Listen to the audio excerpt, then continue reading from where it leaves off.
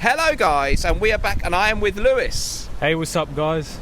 Lewis from the I'm Lewis channel, and we are here. We're going to talk about 3 amazing classic fragrances for men, or one's kind of marketed to women, but it works really nicely for the ladies. And these are 3 great ones that Lewis has brought along to show that a young man in the prime of his life, he's in his 20s, mid-20s, can still love your old school fragrances. So we're going to have 3 fragrances. We'll give you our view and tell you why these are great, affordable fragrances you might want to try. So which one are we going to do first, Lewis? Right, let's go with the first one. I've got them pre-sprayed here. And I know straight off the bat, this is Shalimar Eau de Cologne. I'll got do the that. bottle here. Yeah, with I just showed Dan this one. He really likes it. Now, the interesting thing about this one is it's marketed towards women, but it was marketed towards women at a very different time. So this is citrus notes. It has lemon, and then it has the vanilla and maybe the amber accord that we know from Shalimar. But interestingly enough, on Fragrantica, people are voting that this one is unisex. So I'm really enjoying this. I don't think it leans feminine at all, whereas the Eau de Parfum and the Eau de Toilette may lean feminine. But if you want a more masculine version, I know this gets compared to Habit Rouge. And you really enjoy this one as well, don't you? I showed you this one. I am very impressed. So this is the Eau de Cologne, Shalimar Eau de Cologne. Great release from early 20th century. I can't remember the year. Fantastic bottle design, and yeah, I can see the slight similarity to Habit Rouge. It's actually reminding me a little bit of my Mouchoir de Mouchoir from Guerlain as well, because it has a little bit of that funky civet undertone. Definitely that sort of Guerlainard, the sort of slightly vanillic powdery thing that so many lovely Guerlains have, and it does have that nice citrusy top. So it's really, really, really versatile, really beautiful, really, really enjoyable, and definitely, totally, to me, very kind of dandyish gentleman feel if a man wears it, but unisex, I think. Would you? Yeah, I agree. I love this, and it's what, £35 ish? Yeah, I bought it. I bought it at TK Maxx or TJ Maxx for the Americans for a very good price. Again, there's nothing here that's implicitly feminine. So if you like citrus, there is civet in there, so there's a slight animalic undertone.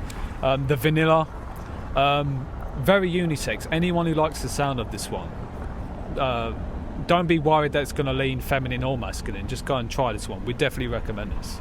100%. I am genuinely going to order a bottle of that today, because it's only like £35 online. So definitely buying that one myself. Thank you for exposing me to it. Yeah. I like to be exposed. Now let's have a go at what are you going to go for next then? Right, this one that I've got here is this one. This is Cerruti 1881. This is a recent pickup for me. I've just got into classics. And this is sort of in a similar ballpark as Boucheron Pour Homme. And when I looked at the notes, I thought maybe this would be a bit too classic for me, but this just must be timeless, because it smells modern to me. It's got fresh notes. I know there's juniper in there, which for me personally, my personal experience, it kind of gives like a cocktaily sort of thing. You know how you use juniper in cocktails? Kind of fruitiness. Maybe it's a bit more unique than a Boucheron because it is using juniper instead of citrus. But definitely in that ballpark, oak moss, stuff like that. Classic, but definitely not dated. Interesting thing with this still gets compliments, guys. I got a compliment on this one.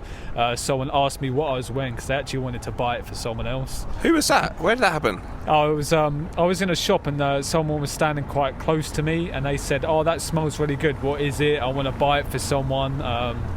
So yeah, definitely falls into that ballpark where it's still modern enough to be a compliment getting, but very sort of old school-esque and very classy.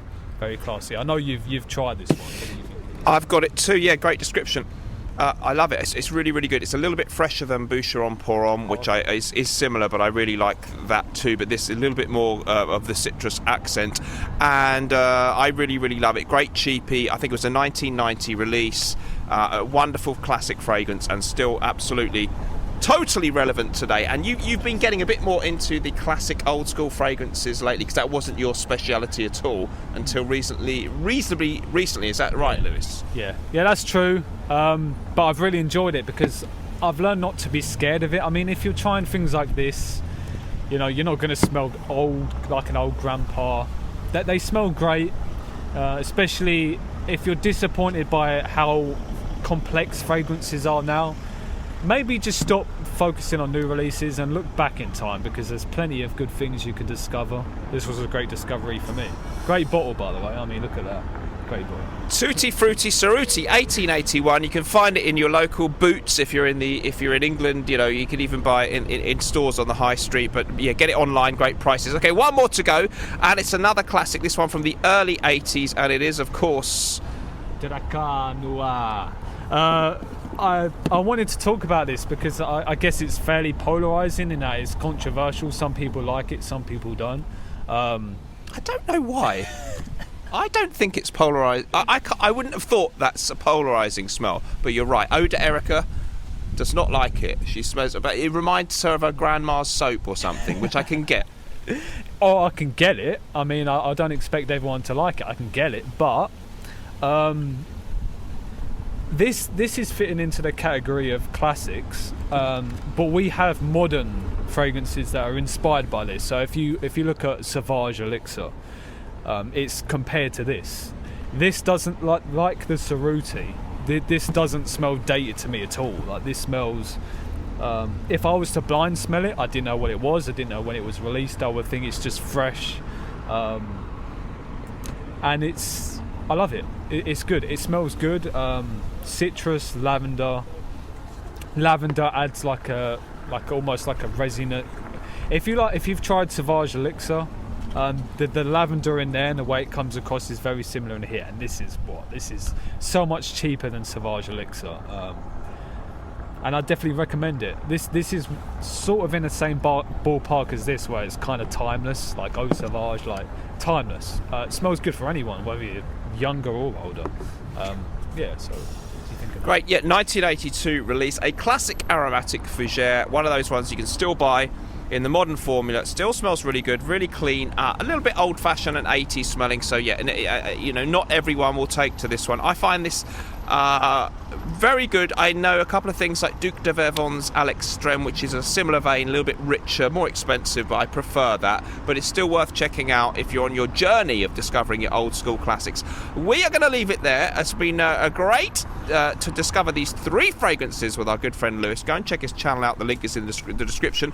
And guys, if you need to buy a fragrance sample and you are in the United States of America, go to myfragrancesamples.com and use my code MISTER. It gives you 15% off. The link is down there in the description. It's a little bit cold, so we're going to go and film another video indoors because it's getting a little bit rainy here. Thank you so much, Lewis. Say goodbye to the viewers. Good to see you guys. Take care. See you next time. Bye-bye.